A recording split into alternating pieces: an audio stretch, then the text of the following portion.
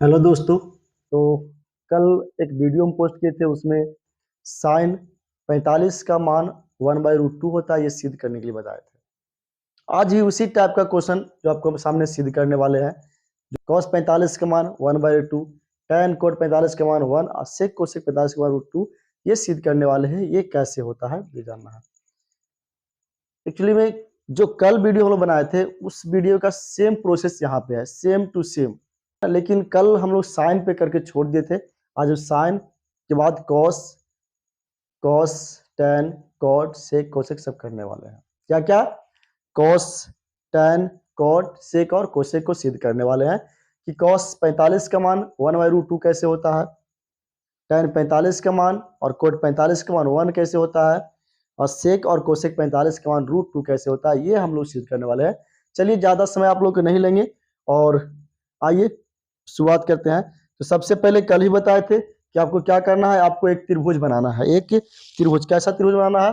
ऐसा त्रिभुज बनाना है कि वह समकोण भी हो और समद्विबाहु भी हो।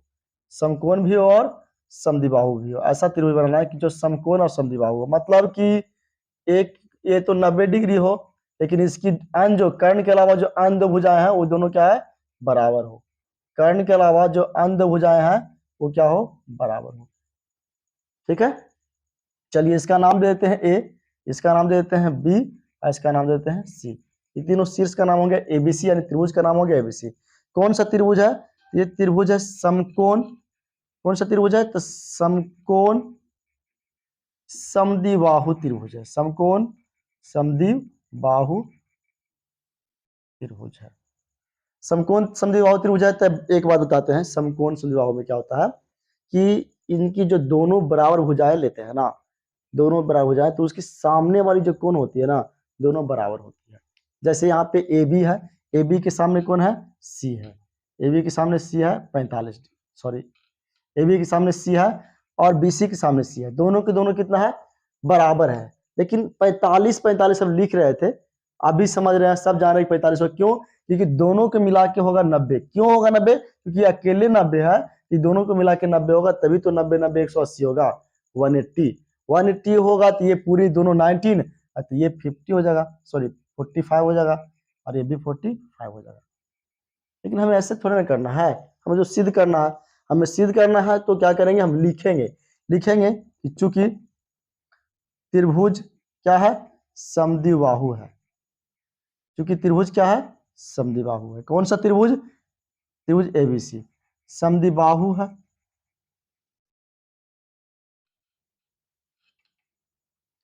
क्योंकि समकोण, क्योंकि त्रिभुज क्या है? समद्विबाहु है। इसीलिए अगर त्रिभुज समद्विबाहु है तो क्या हो जाएगा? इसकी जो बराबर भुजा ए बी है और बी सी दोनों बराबर होगा, और दोनों को हम लोग मान लेते हैं ए और ए, इससे भी क्या हो जाएगा? ए हो जाएगा। इनकी अन्य जो कोण है बी को छोड़कर, कोण ए और कोण सी, ये दोनों भी आपस में बराबर हो जाएगा।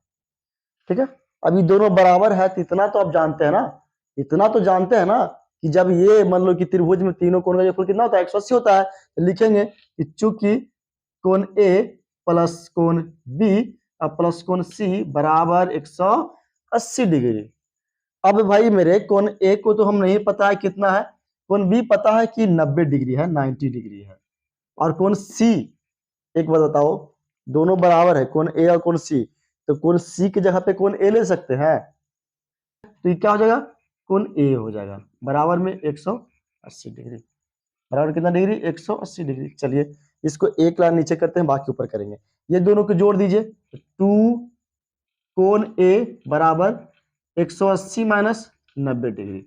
इसको थोड़ा हम ऊपर करते हैं ताकि आप लोग को नीचे दिखाई नहीं पड़ता होगा। चलिए अब यहाँ पे कीजिएगा तो क्या हो जाएगा? यहाँ पे कीजिएगा तो हो जाएगा, यहाँ हो जाएगा आपके सामने 2 कोण ए बराबर 90 डिग्री, और ये कटेगा इससे, तो कोण ए बराबर 45 डिग्री। भाई मेरे कोण ए बराबर 45 डिग्री, तो कोण सी बराबर कितना हो जाएगा? 45 डिग्री। अब यहाँ तक हो गया समद्विबाहु त्रिभुज का काम खत्म। समद्विबाहु त्रिभुज का काम यही था कि तीनों कोण आ जाए, या दोनों कोण ये आ जाए, बस। ठीक है, काम खत्म। अब आपके सामने ये कोण मिल गया, भुजा मिल गया है ना, यहाँ पे एक भुजा ये वाला, ये भुजा मिला गया, तो ये भुजा निकालना है। इसके निकालने के लिए देखिए ना, समकोण त्रिभुज है। कौन सा त्रिभुज है? समकोण। तो लंब हो जाएगा, आधार हो जाएगा। अगर हम कोण सी के सापेक्ष बात करें तो ये हो जाएगा लंब, ये हो जाएगा आधार। अगर कोण ए के सापेक्ष बात करेंगे तो ये हो जाएगा मतलब कि लंब, ये हो जाएगा आधार। ठीक है, जनरली जो होता है ना, आप थीटा का मान यह दो जगह पे रख सकते हैं, तो आप ऑलरेडी 90 डिग्री है, तो चाहे आप यहां से लीजिए चाहे तो यहां से लीजिए। तो हम लोग क्या करते हैं, हम लोग लेते हैं कि कोण सी के सापेक्ष, कोण सी के सापेक्ष, कोण सी के सापेक्ष बात करेंगे तो क्या होगा, कोण सी के सापेक्ष लेते हैं तो हम देखते हैं कि भाई इसका कोण सी के सापेक्ष क्या हो जाएगा, लंब हो जाएगा। लंब हो जाएगा कोण, कोण हो जाएगा ए बी, लंब कितना हो जाएगा ए बी, ए बी बराबर है ए। कोण सी के सापेक्ष ये लंब हो गया, ये क्या हो गया, ये लंब हो गया। लंब हो गया तो ये क्या हो जाएगा, आधार। क्या हो जाएगा, ये आधार। आधार कौन हो जाएगा, बीसी, और भी क्या है, ए है।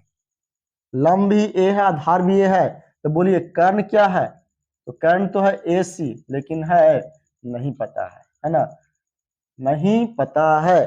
तो हम निकालेंगे भाई, यहाँ पे लिख सकते हो ना कि चूंकि त्रिभुज एबीसी क्या है, समकोण है। क्या है, समकोण है। क्योंकि त्रिभुज एबीसी क्या है, समकोण है। यहाँ पे लिखने से अच्छा है, यहाँ इसलिए लिखे ना कि यहाँ पे कोण सी के सापेक्ष, तो कोण सी किस में लगेगा, समकोण त्रिभुज में लगेगा। यहाँ भी लिख सकते थे ना, लेकिन वो ज्यादा बेटर रहेगा। अब लिखेंगे भाई एक की, देखिए समकोण त्रिभुज की बात चलता है तो एक व्यक्ति का नाम आता है पाइथागोरस चाचा का। अगर कोई 90 डिग्री के वाला कोई त्रिभुज बना दो ना, ये वाला जो कर्ण होता है ना, ये दोनों के बराबर होता है, लंब के और आधार के स्क्वायर के बराबर होता है। कर्ण का स्क्वायर बराबर लंब का स्क्वायर प्लस आधार का स्क्वायर के बराबर होता है, ऐसा बोल दिए थे समकोण त्रिभुज में। किस त्रिभुज में, समकोण त्रिभुज में। इसी चीज को हम लोग यूज ले रहे हैं। ठीक है, चलिए आइए तो क्या करते हैं, लेते हैं कि यहाँ पे आता है पाइथागोरस प्रमेय से। पाइथागोरस प्रमेय क्या कहता है, पाइथागोरस प्रमेय कहता है कि AC का स्क्वायर बराबर AB का स्क्वायर प्लस में BC का स्क्वायर, प्लस में BC का स्क्वायर। AC कितना है नहीं पता है, किसको पता है, किसी को नहीं पता है। AB क्या है, A स्क्वायर है, BC क्या है, A स्क्वायर है, ये सबको पता है। AB है A तो उसका स्क्वायर हो जाएगा, BC है A तो उसमें भी स्क्वायर हो जाएगा। चलिए इतना सब हो गया तो बस और कुछ बाकी कहाँ रहा, इसको जोड़ दीजिए, 2A स्क्वायर, यह स्क्वायर चले जाएगा रूट के तरह, उधर की तरफ रूट बन जाएगा ना, 2A स्क्वायर। इतना तो आप लोग जानते ही होंगे। तो AC बराबर क्या हो जाएगा, इस पे रूट ए पे क्या है, ए पे स्क्वायर है, तो यह स्क्वायर रूट के साथ कैंसिल कर देगा। इस पे कुछ नहीं है भाई, रूट के अंदर है ना, ये परिपूर्ण वर्ग नहीं है। देखिए कहता है ना परिपूर्ण वर्ग निकाले, 4, 9, 16, 25, 36, 49, 64, 81 वगैरह क्या है, परिपूर्ण वर्ग है। लेकिन दो परिपूर्ण वर्ग नहीं है तो इसका वर्गमूल नहीं निकलेगा। तो ये आपके सामने क्या निकलेगा, कर्ण। कर्ण निकल गया, तब कुछ बचा कहाँ, अब कुछ नहीं बचा। आपके सामने क्या हो गया, आप निकाल दीजिए। थोड़ा सा लिख लेते हैं, लाल बटा कक्का। लाल बटा कक्का ऐसे लिखे ना कि बहुत सारे मतलब कि काम आता है। लंब बटा कर्ण, आधार बटा कर्ण, लंब बटा आधार। इधर से चलते हैं sine, sine cos tan, cot sec cosec. लंब बटा कर्ण किसका हुआ, साइन का, आधार बटा कर्ण कॉस का, और लंब बटा आधार टेन का, आधार बटा लंब कोट का, कर्ण बटा आधार सेक का, और कर्ण बटा लंब कोसेक का। ये बताना जरूरी नहीं था लेकिन फिर भी बता दिए। आइए हम लोग आगे बढ़ते हैं। देखिएगा सबसे पहले पहला निष्पातियां,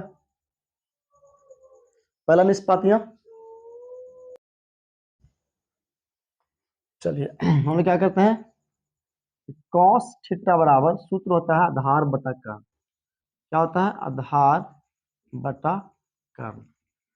तो कॉस हम लोग कितना ले रहे हैं, कॉस 45 का मान निकालना चाह रहे हैं ना, कॉस 45। तो कॉस 45 डिग्री बराबर आधार आपके सामने होगा a, कर्ण होगा a√2। यहाँ से यहाँ कैंसिल हुआ तो कॉस 45 बराबर हो जाएगा 1/√2 हो जाएगा। दूसरा कॉस के बाद होता है टेन, कॉस के बाद tan होता है। तो tan थीटा बराबर होता है, tan थीटा हो जाता है लंब बटा, tan थीटा हो जाता है लंब बटा आधार। क्या होता है? लंब बटा आधार होता है। tan थीटा और क्या होता है? लंब बटा आधार होता है। तो tan 45 बराबर, लंब आपके सामने a है, आधार भी a है, तो tan 45 डिग्री बराबर हो जाएगा 1। खत्म, प्रूव हो गया, प्रूव्ड, 1 भी हो जाएगा, प्रूव्ड। उसके बाद बचा तीसरा साइन हो गया, कॉस हो गया, अब कॉट हो गया। भाई tan के उल्टा होता है कॉट, तो कॉट थीटा बराबर आधार बटा लंब, आधार बटा लंब, आधार अपन में लंब। तो कॉट कितना? कॉट 45 डिग्री, आधार भी a, लंब भी a, तो क्या हो जाएगा? कॉट 45 डिग्री बराबर 1 हो जाएगा। ये भी आपका क्लियर। बचा कौन भाई? चौथा और पांचवा। चौथा हो जाएगा कौन? चौथा हो जाएगा सेक थीटा बराबर, सेक थीटा होता है कर्ण बटा आधार, कर्ण बटा आधार, कर्ण बटा आधार। तो सेक थीटा बराबर कर्ण, तो सेक थीटा बराबर, तो सेक कर्ण कितना है? कर्ण आपके सामने है a√2 है, a√2, आधार है a, कैंसिल हुआ, तो सेक थीटा बराबर हो जाएगा √2। उसी प्रकार से पांचवा हो जाएगा सेक के बाद कोसेक, कोसेक थीटा बराबर हो जाएगा आधार बटा सॉरी कर्ण बटा लंब। क्या? कर्ण बटा लंब, कर्ण बटा लंब। तो कोसेक 45 का मान क्या होगा? कोसेक 45 का होगा, कर्ण का मान हो जाएगा a√2 और लंब का मान a होगा, इसीलिए क्या हो जाएगा? कोसेक 45 बराबर √2। ये भी हो गया आपके सामने प्रूव।